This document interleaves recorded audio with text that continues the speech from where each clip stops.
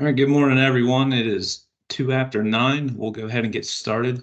Welcome to the mid-month ACAP update. Before we get started, I want to hand it off to Doug Wolfgang, our Executive Secretary, for a few words. Eric, thank you. Good morning, everyone. It's good to see so many of you on the call. I just want to say a quick thank you for all of the hard work over this past year. We're at the 1-year anniversary of the historic funding package that provided ACAP under the Clean Streams Fund. So in that time, just an amazing amount of work took place at both with the commission staff and with all of you to get us in the position where we are now, a year into it, and having a program that's fully implemented and over $140 million or $30 million at this point that's committed through delegation agreements and cash flow that's actually making its way to the districts and onto the land. So we're in a really good place there. Just want to thank you personally on behalf of the commission staff and board. Really appreciate your effort to getting us to this point. Something to keep in mind over this next year as we work on ACAP. Please take a lot of before and after photographs and capture as many stories as you can on how these practices, obviously improve water quality and conservation value of the farm, but what it means for the viability of the farming operations as well. We want to try to capture as much of that information as we can over this next year, because through this upcoming budget cycle, we'll start making the case for a dedicated fund for either ACAP or CEG. So that's something we'll really push for, because we know 2026 is just around the corner, and we know there's a significant need for this type of funding longer term, a more sustainable funding level. So again, just really appreciate all that you do. Appreciate your work with ACAP. Just to flag for you, we have the joint public meeting with PACD and the commission coming up on July 19th. So I hope to see many of you there. Should be a good day. In the morning briefing session, we're looking to structure it just a bit different this time. We'll have some updates from the commission staff and our friends at DEP. But then also we have some special guests who just be giving some presentations, and also would like to open it up to the districts who are there, and just have you be able to say what's on your mind and communicate with the group. And we can share more open dialogue hopefully at the meeting as well. And then the afternoon business meeting will be occurring then after the award luncheon. So look forward to that. That's coming up next Wednesday. And then just finally, just want to also mention about the budget. And of course, we have a budget that's in impasse right now, but we're hoping to firm up for you what that means for CDFAP in the districts, if anything.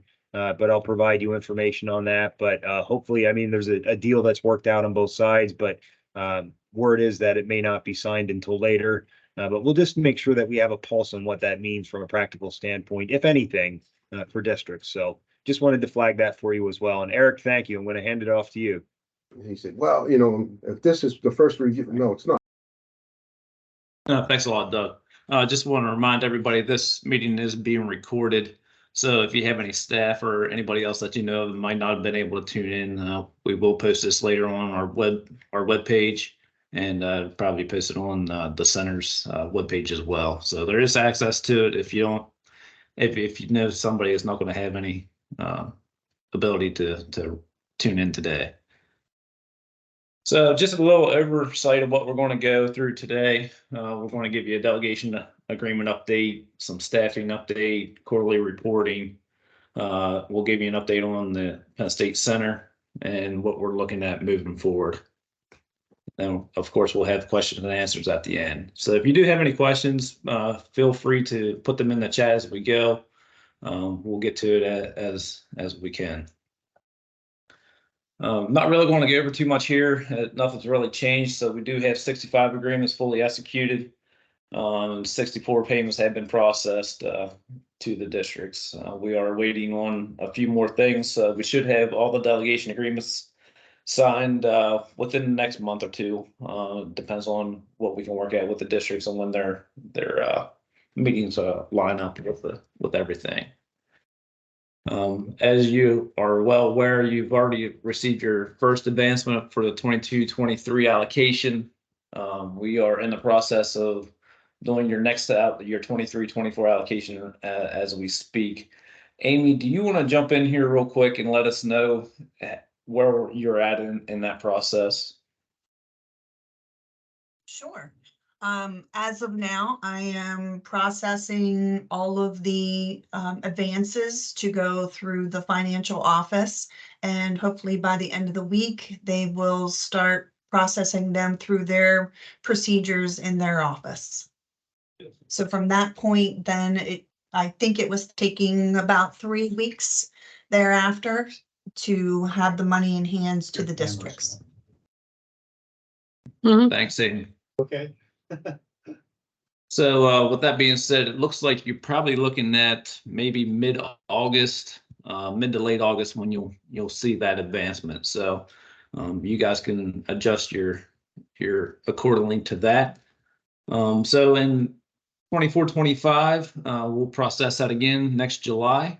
But we do want to make you aware if you're not spending the funding, we will be taking a hard look at that throughout the year to make sure you will be able to spend your whole allocation. If you're not able to spend that, we'll take a look at see if we need to move it elsewhere. But from what I'm hearing from most districts, we're probably not going to have that situation pop up. But I do want to make you aware if you're not spending the money, we will be watching and making adjustments from there. So we'll be taking a look at right around July so we can move by the end of the year next year.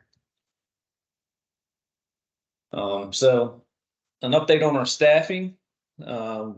We do have 4 regional ACAP CEG program coordinators. Our last one just started on Monday. So as you are aware from last month's meeting, Patrick McCarthy is in the Northeast. Samantha Zahner is in the Central region. But in the meantime, on the 20th of June, which was after our last meeting, Alan Barter came on into the Southeast region, and Rebecca Psycho came into the Western region. You've all heard from Patrick and Samantha. I'm going to open it up to Alan to give it a little bit of background where he came from and what he's looking at doing here in the next couple of weeks. So Alan, you want to unmute and. Good morning, everybody. And everybody, I hope you hear me, Eric? Yes, we can hear you. All right. Came over. My name's Alan Barter. Came over from PADEP. Started as an inspector. Moved over right around just after COVID to program development and support, and was specialist with Laura Henry and primarily working with the host municipality inspector program. Then I switched over here on started June 20th. But I'm looking forward to working with everybody. So far, I have been in touch with Bucks, Chester, and the Northampton Farming Preservation Board, and working to schedule more meetings and get out to all my districts and see how we're doing and progressing as we move forward. Thanks, Alan. Rebecca? Hi all, I'm Becca. I started on Monday and I came to you from PennDOT. I promise the work ethic isn't as bad as they get a reputation for, but I started in construction and then went and did a little bit in their tort and legal coordination, and now I've gotten the wonderful opportunity to come work here, and I'm really excited. I haven't been able to make any contact with any of my counties yet, but I am so excited to get to meet you all and hope I can schedule a time to get to see you in person and just talk and hopefully develop a wonderful working relationship. Thanks, Becca. Just so you know, these are the areas that each coordinator is going to be working in. It's nothing different than the nutrient management areas. We figured it would be good to set it up this way. That way our coordinators can work together, reach out to the districts and have the same point of contacts. So we thought it'd be easier all the way around, not only for the districts themselves, but as much as the State Conservation Commission staff. So if anybody wants a copy of this, feel free to reach out to me. If you, to be honest with you, if you want to just look at the nutrient management, that's the nutrient management map that you probably have access to. And you can probably go off of that and know what region you are in. So quarterly reporting is next. We do have some federal quarterly reporting obligations. These are ARPA funds, and they do require federal quarterly reporting. These reports will be conducted and completed by the SCC staff, and that will be sent over to the governor's budget office. We are going to need some information from you guys in the beginning here. So our regional coordinators will be contacting each district requesting some ACAP information. So that information is just a number of staff members that's working on the ACAP. It could be district managers, resource conservationists, ag specialists, engineers, whatever it may be. But we do need the number of members that could be equivalents. So if you say you think you have 1.5 people working on that, just let us know you got 1.5 and just give us the staff classification. That's your resource conservationist, ag specialist, or whatever it may be. And we're also going to look for the wage range for each staff member. So that could be, I mean, you don't have to be specific what they're making right now. It could be you may start them out at 30,000 and they top out at 80 or 90,000. Just give us a wage range for each staff on that. If you are a district that is hiring a third party, we will need those staffing numbers as well. It might be a little bit more difficult, but we just ask that you give us a best guess estimate on that and on how many staff members that you're actually hiring and what that cost is.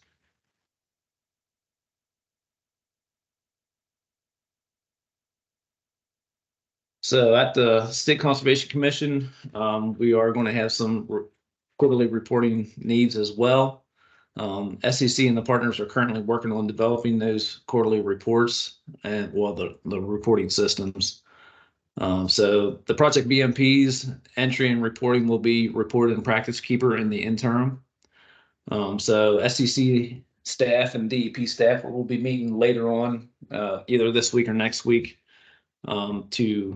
to discuss the changes that have to be made to Practice Keeper so those BMPs can be entered into that. I know it's going to be a little bit difficult working with two different systems at the beginning, but our hope is to combine two systems into one so we can sort of lessen the workload for the districts. So we got the project BMPs on one and Practice Keeper for right now, and all the contract and financial reporting will be reported in the new ACAP GIS system. So as of right now, the servers are set up and the ACAP database information is ready to be compiled. So we'll be meeting with our IT people at the center to discuss what all needs to be in that. We have reached out to a few districts to ask them to see if they want to be a pilot for that new system. We do have three districts that said they were able and willing to put that pilot on. So that should be coming within the next 2 months, maybe. So with quarterly reporting, we're asking you to hold off as long as possible. We do know that there is some BMPs and some projects that's hitting the ground. So if you guys do need to do some quarterly reporting, reach out to us. We do have some paper copies that we might have to fill out paper form for a little while till we get up and running, but we're trying to hold off as long as possible so you don't have to don't have a big backload on the system here. So if you have any questions, like I said, reach out to us and we'll be willing to work through that with you. I'll just give you a little bit of a Penn State Center update. Center contract, we began with the contract with the master agreement just to get things up and running. That was the quickest way we could get staff on board at Penn State in the interim. After taking a look at the master agreement, SEC and PSU decided it would probably be in our best interest in the long term to do a standalone contract. That is currently being processed right now. We got our scope of work budget already passed at the commission level. We got that in the works and with our contracting people here at PDA. So we're going through that process right now. Once the contract is compiled, we'll send it out for signatures to Penn State, and then it'll come back to us to get that contract fully going. And like I said, that budget and scope of work has already been passed by the State Conservation Commission board. So we're good to go. We just need to get the contract itself up and running. A little bit of center staffing, PSU and State Conservation Commission staff reviewed selected candidates to interview for the center ACAP educators position. Those interviews will be conducted later next week. If you want a little bit more information on those educators and what those positions are going to entail, I would suggest you to come to next week's joint board meeting. Jen Fetter will have a nice presentation on what she expects those positions to do and what capacity and what help they are out there for the districts. There's an RFP for the engineering position that's soon ready for release. New faculty staff position has been advertised.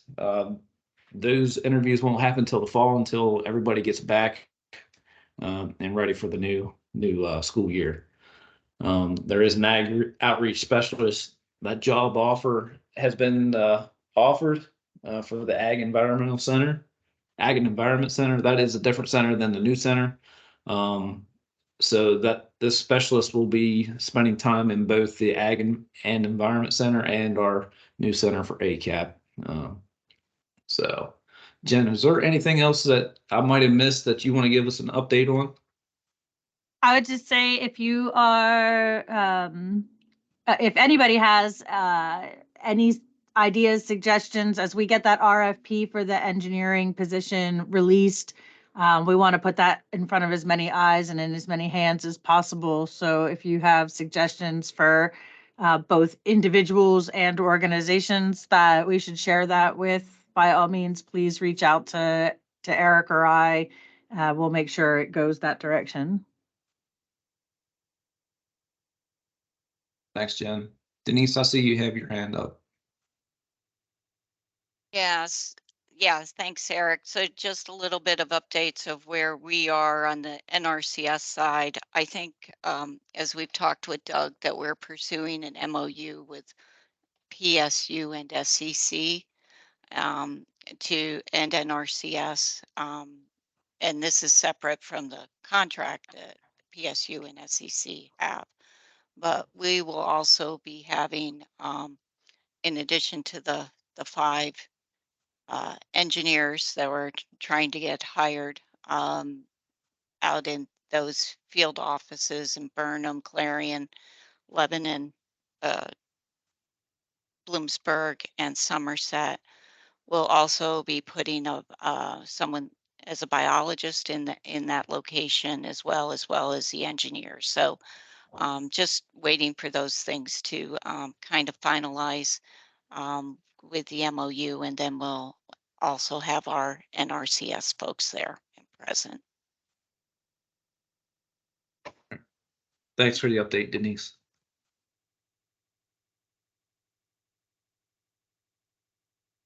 All right, so looking forward, SEC is currently developing a regional ACAP engineers to work in conjunction with the center. We have developed a budget for that. we're currently working on the scope of work and what those draft contracts would be. These positions are the 4 to 6 engineers that we hope to place in a district somewhere.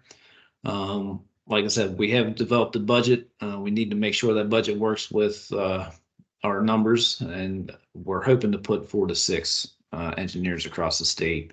They will be housed at the district, but we got to work out who's overseeing those, who's overseeing the workload and things like that. So we're still in the middle of that, but like I said, we're hoping to get 6 of those on board for regional support for ACAP. We're also, district engineers are continuing to develop the pre-concurred or template designs for roof heavy use area and waste storage facilities. That's ongoing. We're hoping to have that done by hopefully September, but we're diligently working on that. We know everybody's workload is really heavy right now, and we're continuing with those developments.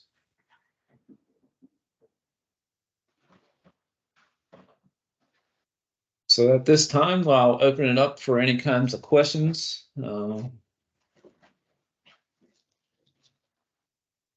Take a look at the chat, see if we have any in the chat.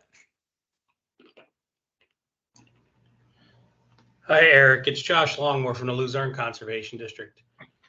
Yeah. Question regarding the Center for Ag Conservation Technical Assistance.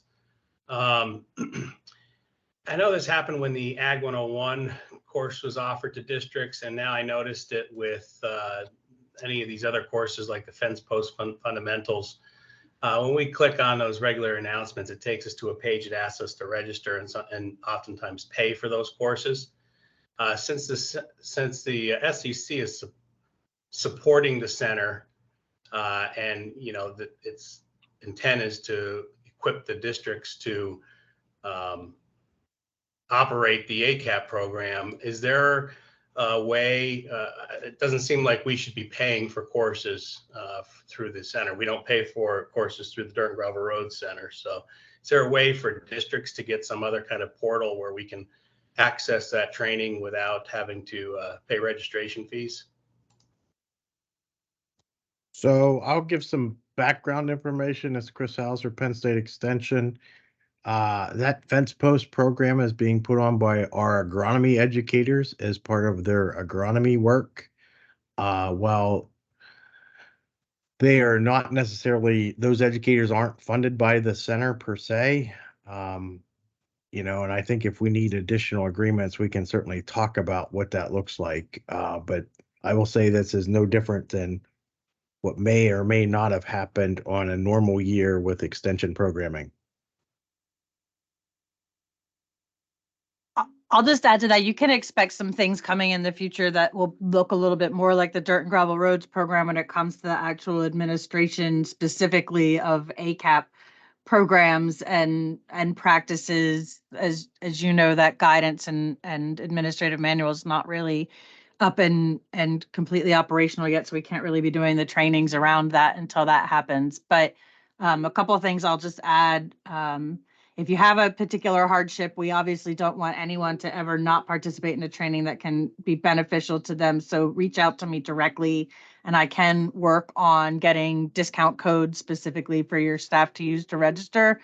But just also keep in mind that you can use your administrative funds from your ACAP allocation to pay for those registrations also.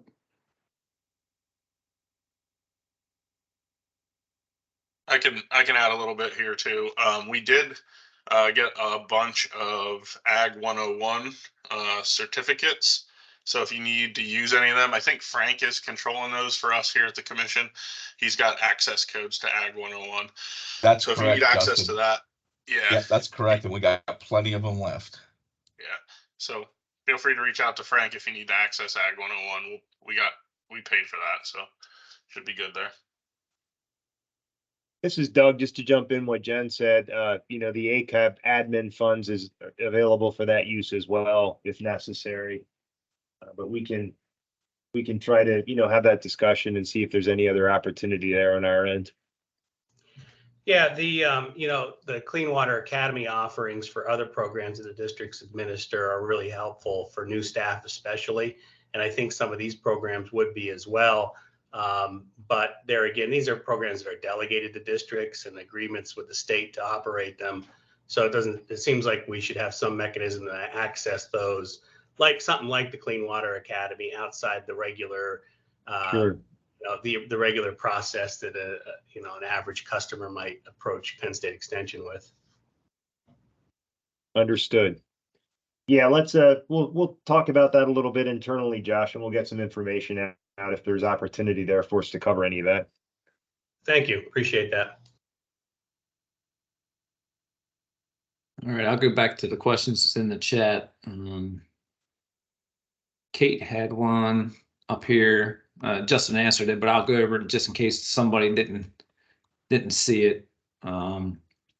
Says, just to confirm, the advance will be 50% of the 23-24 yearly allocation, and that is correct. Yes, we will give that 50% of the fiscal year 23-24 allocation. So whatever you were supposed to get for fiscal year 23-24, you'll get half of that as the advancement. Ian says, does SCC have any set parameters for cover crops, payment programs? Should we copy NRCS incentive payments with paying for the actual seed? Cost per NRCS mixes be reasonable? Would district staff be able to sign off on cover crops? Is job approval required? So there's a lot of questions in that one. I'll start with the first. There is no parameters for the cover crop program, and we're sort of leaving that up to the districts right now. We do have a policy in the Conservation Excellence Grant Program, if you guys would like to take a look at that. But we realize that might not be a fit for everybody across the board.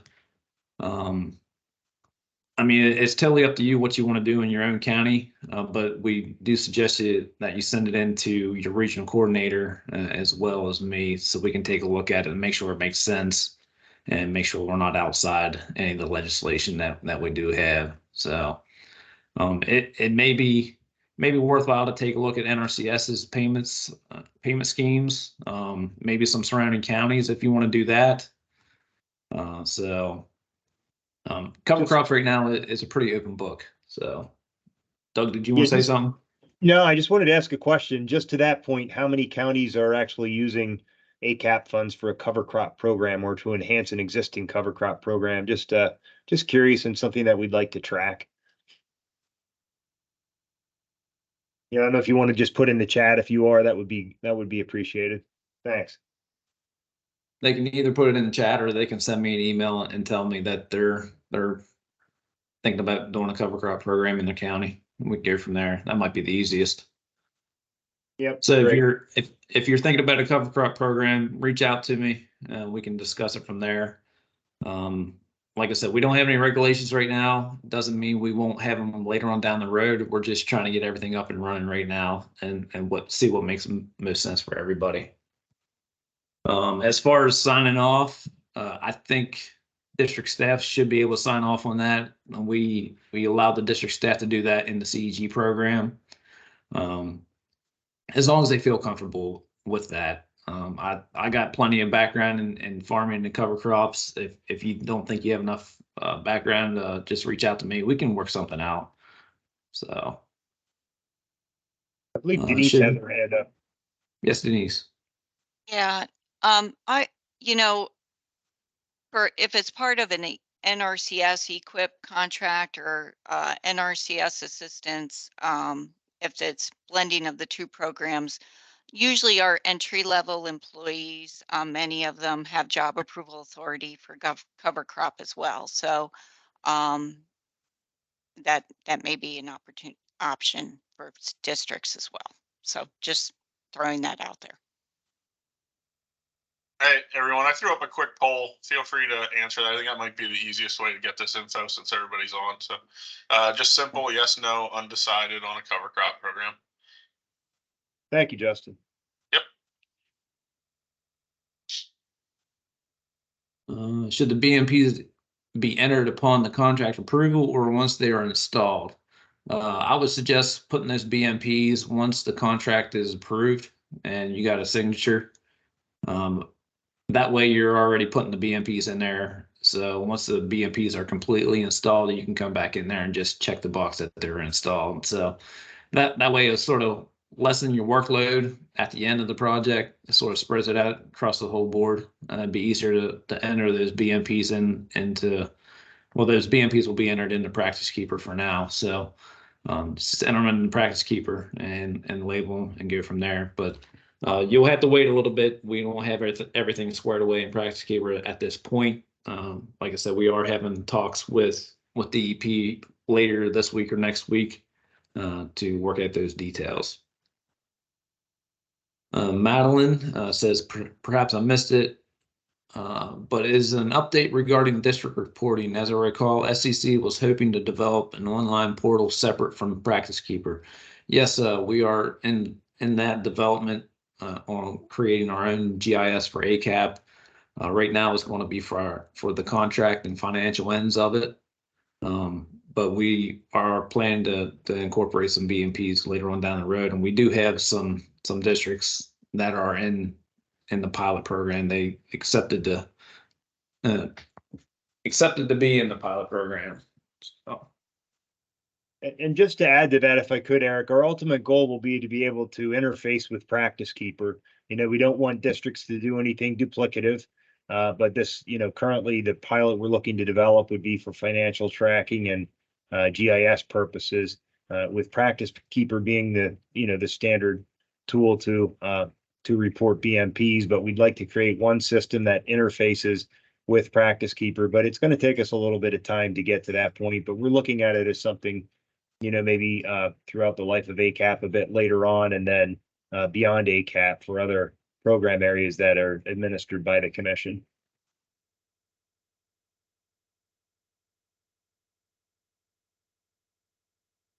So looking down through the chat, I don't see any other questions. If you have any more questions, you can feel free to raise your hand or just speak up and we'll see if we can answer it. All right, there's one from Michelle. If we need to get reimbursement prior to reporting, how should we do that? Or how should that be handled? If you need to get reimbursement, reach out to us. We do have paper copies of that for the quarterly reports. We'll probably just have to work through things by hand do it the old way for a little while until we get everything up and running. So reach out to us if you need reimbursement. I know there's a few other districts that might be in the same boat. So just reach out to us, reach out to your regional coordinator, reach out to me, and then we'll go forward after that.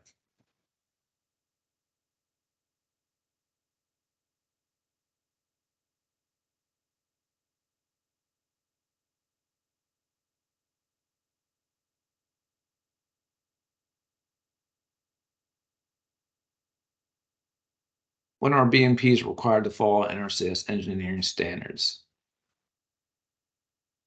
So right now, all BMPs should meet the design specs and standards of NRCS, unless there is another BMP that's not in NRCS job. Well, they're equipped, they're EFOTOL. So right now, unless you have an engineer working on it themselves, that will sign off on the BMP. That if you have a private engineer that designs a BMP and they're willing to stamp that BMP as they feel safe, you can do it that way as well. Denise? Eric, I think it's important, though, your legislation says it needs to be in compliance with NRCS field office tech standards. So that engineers should review it in accordance with those standards. Yeah, it says that, or any other standards approved by the State Conservation Commission. And do you have formal standards as of yet? So I think that's when it comes to manure storages, and those kinds of things, I think it's important that we just align to those standards at this point. I agree. Yeah, just jumping in. Yes, certainly, Denise, the structural BMPs, I think that's necessary for sure. You know, maybe some of the other practices, the standards can be developed over time by the commission if there's anything that's, you know, that's different. from NRCS that we require the level of engineering.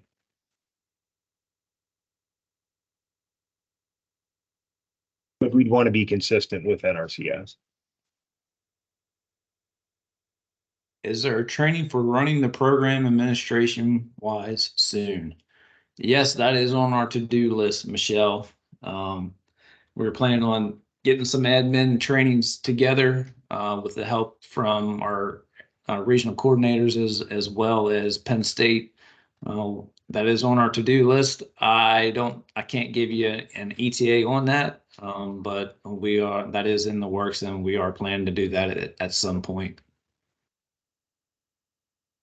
Holly asks if a CD allocates all funding to the projects by 12/31/24, but a farmer backs out, what is the process to reallocate that funding to a farmer so as not to lose the funding? If you can find another project, that it shouldn't be much of a process, because that contract is with whoever that you can allocate those funds to. So if you have somebody back out, say you have $100,000 project and somebody backs out, you still have that $100,000 in your hands, so you can reallocate that as you see fit.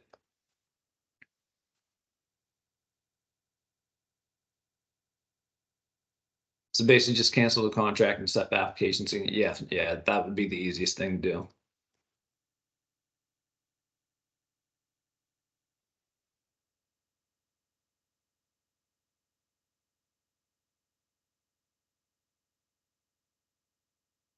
Anybody else?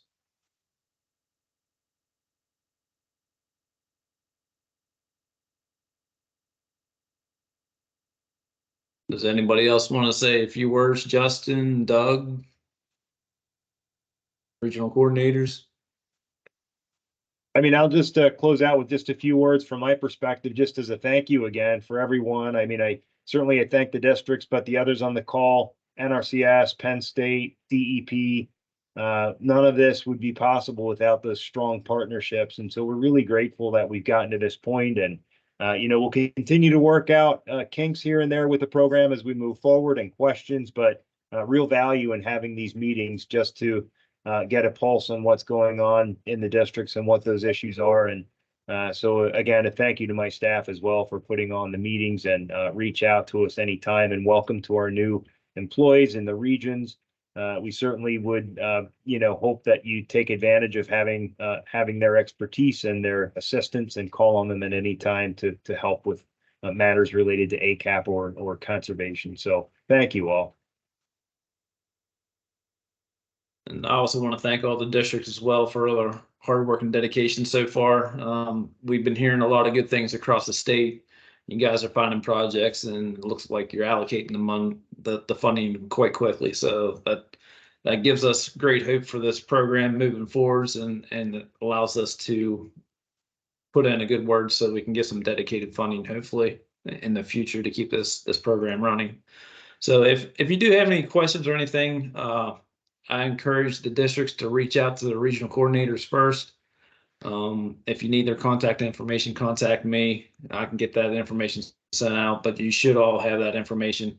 But contact them first. You can CC me, and if you don't get a hold of them, just go ahead and contact me, and I'd be more than happy to help you out. So if you have any topics for the next meeting, let myself or Justin know.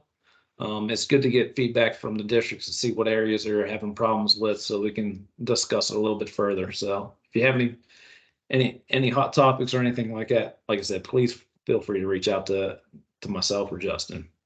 Thank you for your time today, and hope everyone has a good day.